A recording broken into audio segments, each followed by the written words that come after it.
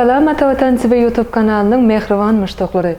Hormatly tamaşaçylarymyz, Ata Vatan TV'de saýlanan habarlar. Habarymyzyň 2022-nji ýylyň 1-nji iýulynda sanynda Türkmen Nevetilen Dragon Oil 10 ýyllyk şertnama baglaşdy. Türkiýanyň prezidentiniň ornatary Türkmenistana geldi. Audi kompaniýasy Hataýda zawod gurýar. 147 ýyldan soňra asr rekordy ýaly habarlar ýetirýär. Gelingen bolsa habarlarymyzda giň işleýän seretip geçelim. Türkmen Nevetilen Dragon Oil 10 ýyllyk şertnama baglaşdy.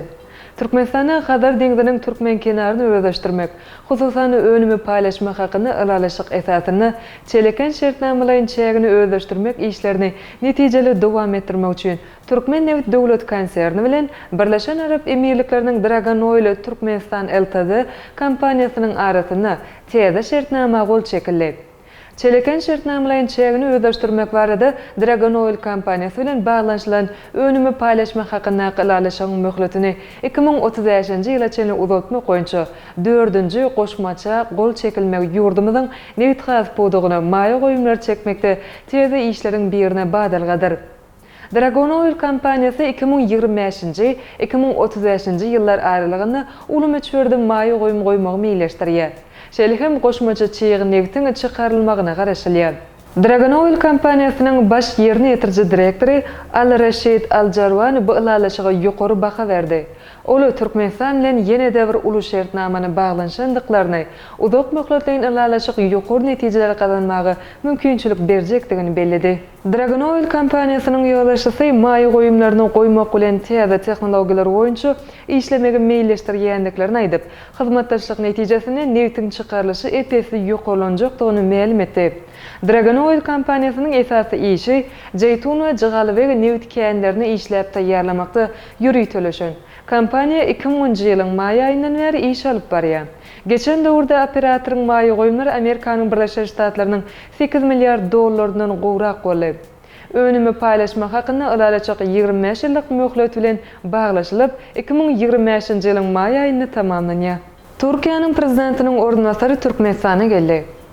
Türkiýe Respublikasynyň prezidentiniň ornatary Fuat Aktay ykdysady hyzmatdaşlyk boýunça hökümetary Türkmen Türk toparynyň mejlisine gatnaşmak üçin Türkmenistanyň paýtagty Aşgabatda geldi.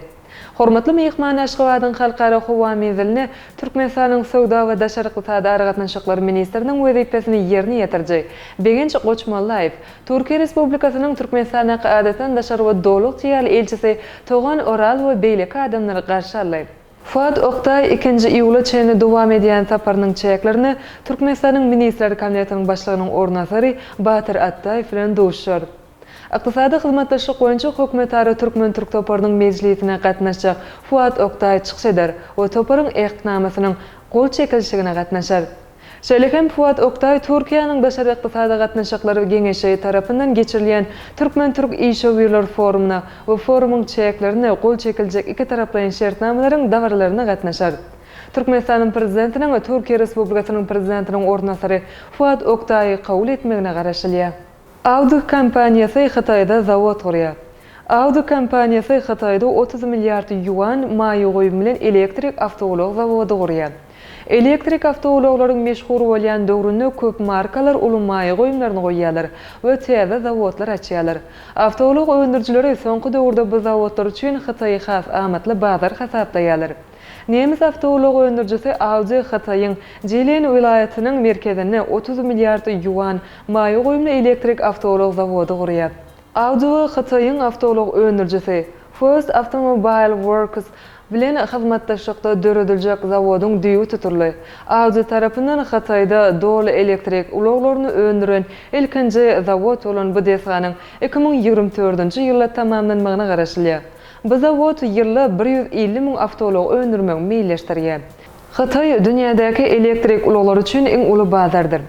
Audit we maslahat beriş hyzmatlar kompaniýasy şirketiniň maglumatlaryna görä 2022-nji ýylda dünýäde batareýa bilen işleýän 3 elektrik ulagynyň ikisi Hataýa satyldy.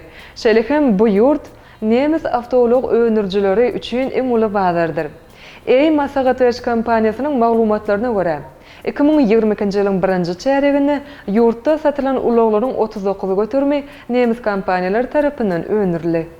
147 ýyldan soňra asr rekordy. Şu günler dünýäniň köp sanly ýurduny howalar aşa gyzýar. Ine şeýle ýurtlaryň birem Ýaponiýadyr. Ýurdun paýtagty Tokyo şäherine termometriň görkezleri 36,4 gradusa ýetdi. 30 iýuny ýetilen bu howa derejesi 1876 ýyldan soňra iýun aýyny ýetilen iň ýokary görkezjidir. Ýurdun meteorologlary soňky gezek şeýle ýagdaýyň 147 ýyl öň 1876 ýylda bolandygyny bellädi.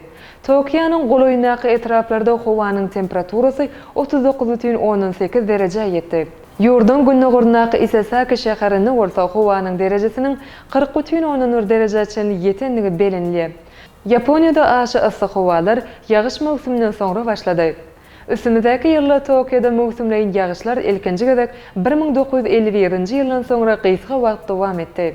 Ýurdun hökümeti yerli raýatlardan köp suw içmegi we güne aza çykmagy maslahat berdi. Şeýlekem howanyň aşy gyzmak bilen sowadyjy ulganlarynyň köp ulanýanlygy üçin beýlek elektrik enjamlaryny az ulanmak maslahat berildi. Olaryň ýurdun umumy elektrik ulganyna aşy agram salýanygy bellenli.